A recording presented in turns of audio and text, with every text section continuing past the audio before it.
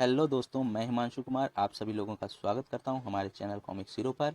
और हमारी आज की कॉमिक्स है राज कॉमिक्स की सुपर कमांडो ध्रुव की कॉमिक्स प्रतिशोध की ज्वाला। दोस्तों, मैं यहाँ बताना चाहूँगा कि ये सुपर कमांडो ध्रुव की पहली कॉमिक्स है और आशा करता हूँ कि आपको ये कॉमिक्स काफ़ी पसंद आएगी। तो चलिए शुरू करते हैं। यह कहानी उस युवक की कहानी है जिसने समाज से अपराध के कोड़ का खात्मा करने का बीड़ा उठाया। यह बीड़ा उठाने वाला हाथ है उस किशोर का जो आसमान में चमक रहे ध्रुव तारे के समान अपराध खत्म करने की अपनी प्रतिज्ञा पर अटल है और जिसका नाम है सुपर कमांडो ध्रुव। अपराध कहीं भी किया जा सकता है, पर कुछ स्थान लुटेरों के लिए भी स्वर्ग समान होते हैं, जैसे कोहरे में ढका राजनगर का बंदरगाह। जल्दी करूं वरना आखिरी स्टीमर भी छूट जाएगा। चिल्ला मत बुड्ढे, स्टीमर छूट गया तो कोई बात नहीं, पर अगर चांद छूट गई तो फिर नहीं मिलेगी, समझा? बूढ़े का मुंह चिल्लाने के लिए खुला और तुरंत बंद कर दिया गया। हप! माल कहाँ है, जल्दी निकाल। लेकिन तीनों में किसी ने भी उस चिड़िया की तरफ ध्यान नहीं दिया जो बिजली की रफ्तार से शहर की तरफ उड़ी और चीं चीं चीं चीं चीं। समझ गया, चलो जगह बताओ।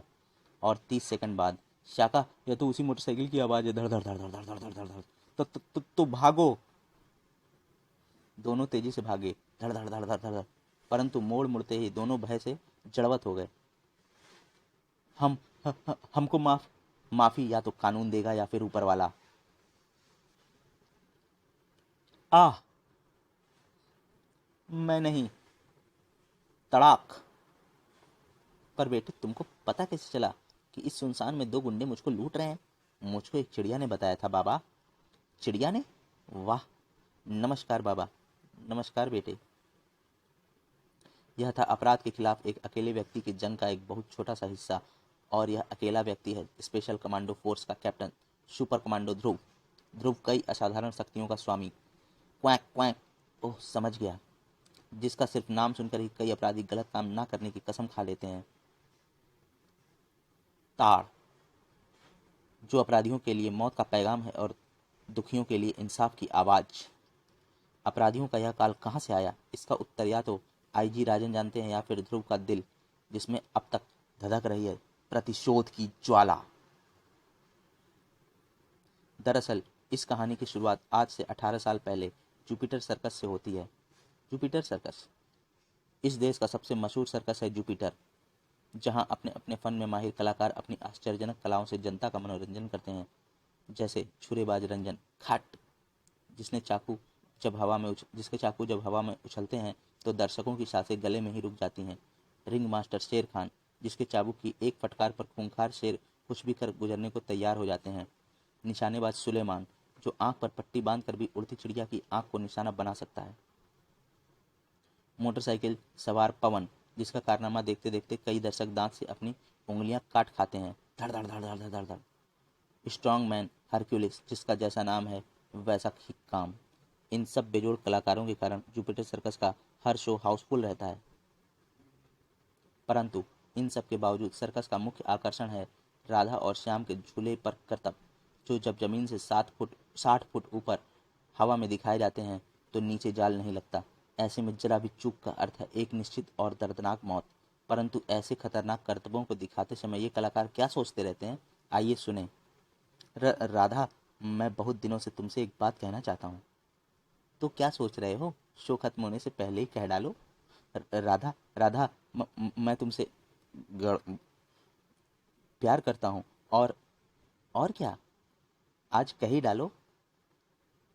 और तुमसे शादी करना चाहता हूँ। तुम तैयार हो? धम! पर इससे पहले कि श्याम राधा का जवाब सुन पाता, पंडाल तालियों के शोर से गूंज उठा। तड़ तड़ तड़ तड़ तड़ तड़ तड़ तड़ तड़ तड़। तुमने क्या कहा? मैं सुन नहीं पाया। मैंने कहा हाँ, सच।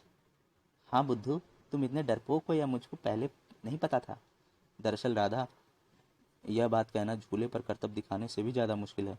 ऐसा क्या? तो इस तरह उस संबंध की शुरुआत हुई जो जल्द ही पति पत्नी के संबंधों में बदल गई।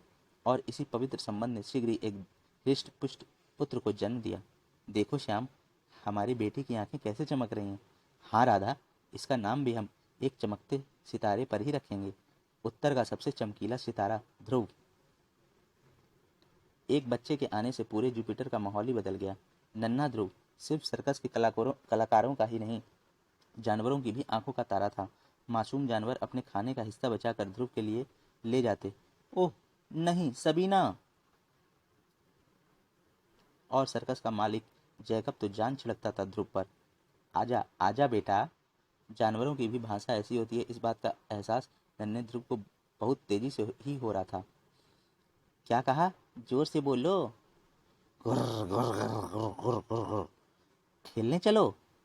अच्छा ठीक है, लेकिन शाम को खेलेंगे, अभी माँ मारेगी।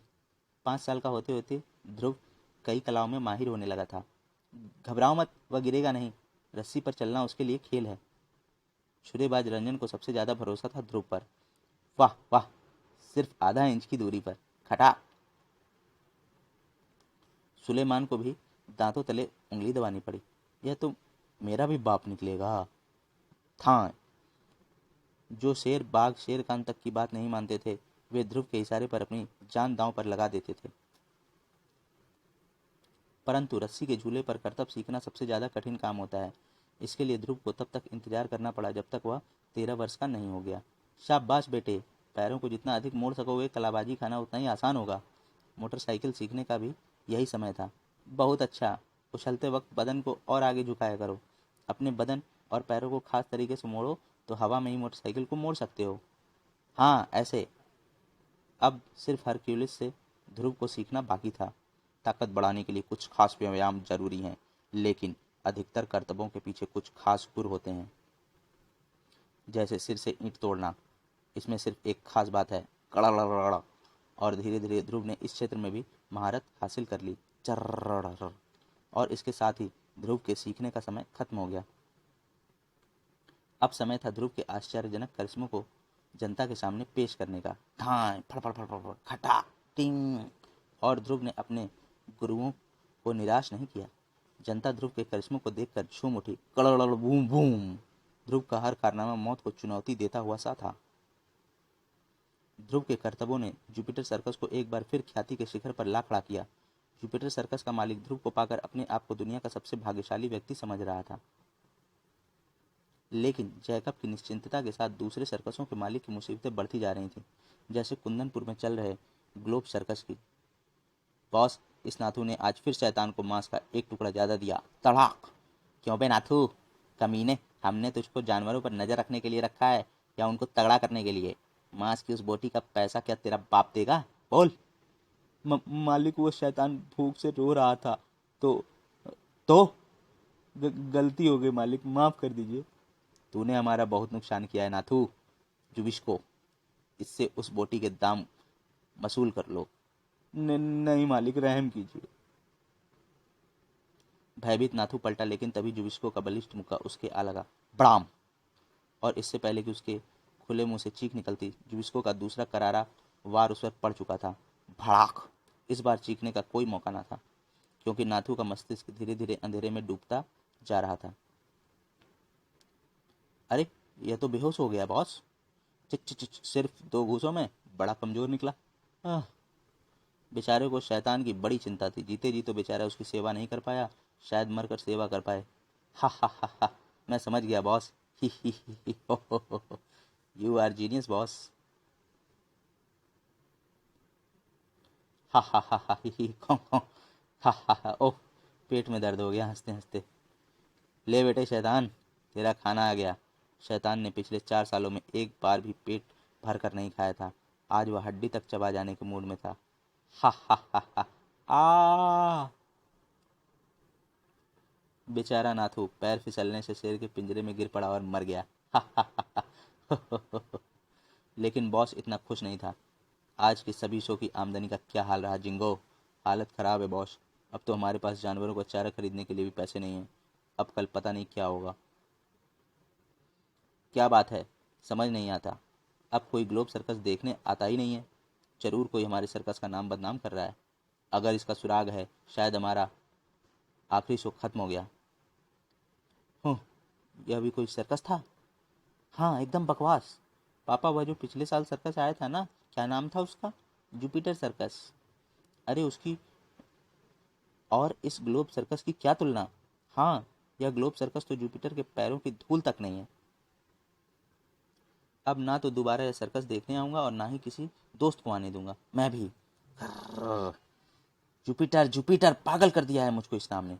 कभी हमारा सर्कस टॉप पर था, नोटों में लेटता लौटता था मैं, छनाक। लेकिन जब से यह जुपिटर सर्कस आया है, हम दाने दाने को मोहताज हो गए हैं।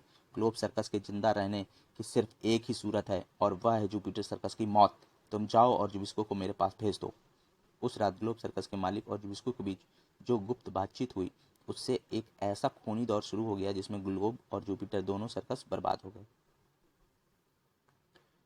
कुछ दिन बाद राजनगर से थोड़ी दूर एक बड़े से मैदान में लगे जुपिटर सर्कस का तंबू रात के आखिरी शो के बाद खाली हो गया था, और जल्दी ही सारे सर्कस की बत्तियां धीरे धीरे बुझने लगीं। जुबिस्को को इसी का इंतजार था। वह तेजी से एक अंधेरे कोने की तरफ बढ़ा। अब मैं पेट्रोल छिड़कना शुरू करता हूँ, समय बहुत कम है। और मिनटों में जुबिस्को ने पूरे सर्कस को पेट्रोल के घेरे में कैद कर दिया। चलो, यह शुभ कार्य तो समाप्त हुआ। अब सारे जुपिटरवासी नींद में ही गॉड को प्यारे हो जाएंगे। हा हा हा हा। ठक। लेकिन कुछ लोग जाग भी रहे थे। अरे, यह पेट्रोल। ओह, बाल बाल बचा, वरना इसके चिल्लाते ही सारा खेल खत्म हो जाता। अब सावधानी से काम करना पड़ेगा। जुबिस्को ने दूसरा कनस्तर उठाया और धीरे से तंबू के अंदर झांका। मैदान साफ है, अंदर कोई भी नहीं है, यही मौका है। जुबिस्को को सर्कस के तंबू में घुसते किसी ने भी नहीं देखा। उसके बलिष्ठ हाथों में पेट्रोल से भरा दूसरा कनस्तर खिलौने की तरह झूल रहा था। वह चुपचाप सर्कस के रिंग में पहुंचा। यहीं से शुरू करना सबसे अच्छा रहेगा। परंतु जुबिस्को की किस्मत उसके साथ नहीं थी। श्याम अपने झूले की नई रस्सियां बांध रहा था। कौन हो तुम? रुक जाओ। जुबिस्को समझ गया कि अब ज्यादा वक्त नहीं है। धड़ाक। उसने एक झटके में कनस्तर रिंग के फर्श पर पलट दिया। महक श्याम के नथुनों तक पहुंची और वह लपका, पेट्रोल? इश। लेकिन तब तक देर हो चुकी थी। आग आग, भागो! जुबिस्को बाहर की तरफ भागा। कनस्तर ले चलूं, बॉस ने कहा था कि कोई सबूत मत छोड़ना। परंतु अगले ही पल श्याम की लात उसकी पीठ पर घोड़े की दुलत्ती की तरह पड़ी। धम। आह! अंदर ध्रुव अपने कपड़े बदलने ही जा रहा था कि आग। वह तेजी से बाहर भागा और उसकी नज़र सबसे पहले जुबिस्को और अपने पिता श्याम पर पड़ी। नहीं! ताकत में जुबिस्को श्याम से दुगना था। उसका हाथ घूमा, श्याम की कनपट्टी पर एक करारी चोट पड़ी और वह होश खो बैठा। आह! तड़! दोस्तों, हमारा प्रतिशोध की ज्वाला का पार्ट 1 यहीं समाप्त होता है, और अब हम मिलते हैं प्रतिशोध की ज्वाला के पार्ट 2 में, जिसका लिंक इसके डिस्क्रिप्शन में दिया हुआ है। आप इसे वहाँ खोलकर पढ़ सकते हैं। धन्यवाद।